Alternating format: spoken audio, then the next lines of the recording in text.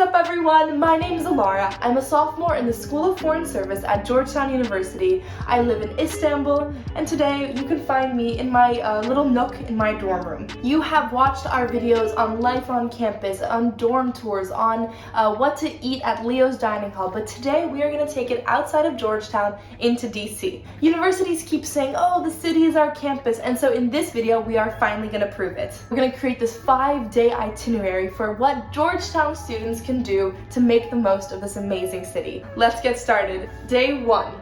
You can't say you live in DC unless you've hit every basic institution. So I am talking national monuments, I am talking National Cathedral. Really anything with the word national in there, you're like, okay, this is the basic DC institution that I must visit. I think there are such bucket list items to be living in a city, to be biking right next to the National Mall. It's crazy. And so what I love doing is midnight monumenting. Grab your friends, go at night and see all the monuments lit up. It is incredible. You can also use DC's scooter system or Capital Bike Share. Pro tip, Georgetown students do get discounts. I got you. This is all in an effort to make a super affordable, fun trip in DC. Another favorite activity of mine is running at Embassy Row or just walking with friends, hanging around DuPont.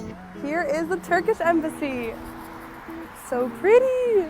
You can even create a little game out of it. Try to guess which embassy is which. It's a really good way to test your flag knowledge because as a student in the SFS, I feel like I should know this, but I definitely need to work on it. Day 2. So we're getting a little less basic, but we're still kind of hitting those standard DC locations, and these are the museums. DC's museums are one of the reasons I even chose Georgetown because they are so rich. The Smithsonian's, like the natural history, arts galleries, they are actually all free for admission. DC does have other styles of museums, so the Art Tech House is this museum that combines art and technology. The one we specifically went to with my family was based on cherry blossoms. The message conveyed was how technology interacts with nature and how currently we have all these amazing cherry blossoms in DC, but what about in 100 years? And day 3. Kennedy Center. It is close enough that you can even see it when you go down to the waterfront at Georgetown. The Kennedy Center features everything from nighttime concertos to ballet shows to Latin music festivals and open air markets. One of my favorite events was the celebration of Latinx culture and art. Had the open air festival where they had different vendors come in. We even got free dance and salsa and tango classes. The Millennium Stage at the Kennedy Center is just such an amazing and free way to get to know the city and have fun. On to day 4. I feel like this location is a bit outside of this Georgetown bubble. One of my professors had recommended it.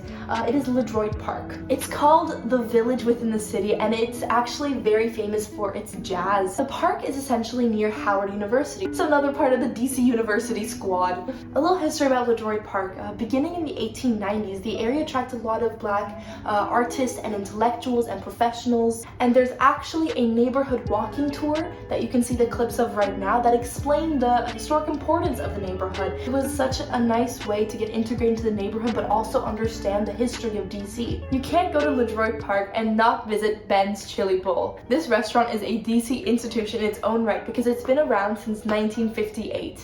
And last but not least, we have day 5, the Wharf. Just from the sheer amount of unique events that the area throws, it is such a neighborhood vibe, and I love when neighborhoods encourage people to come and encourage people to get to know one another. At the Wharf, you will find restaurants, you will find live music, you will even find a s'mores bonfire. My top 2 events at the Wharf, because how could I ever get it down to 1? I feel like the fact that I even got it down to 2 is an achievement. The first one is the movie night. They provide beach chairs, you can bring blankets and snacks, and you get to watch an outdoor movie. My second favorite has been the DC Jazz Festival. So this is a free of admission event and invite a lot of jazz talents out in DC to come and perform.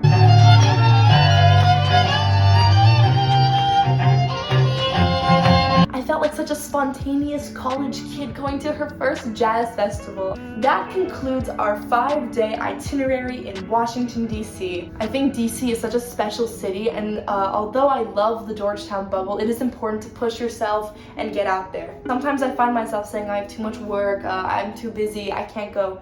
But I realize these are the memories that I will be looking back on years to come. And some tips for you guys on how you can find your own DC events. So some of the websites I love visiting are the Washingtonian and the Washington Post. If you just search up what to do in DC this weekend, you'll find that those websites compile a lot of these events for you. I can't wait to find out what you've been doing in DC. Thank you.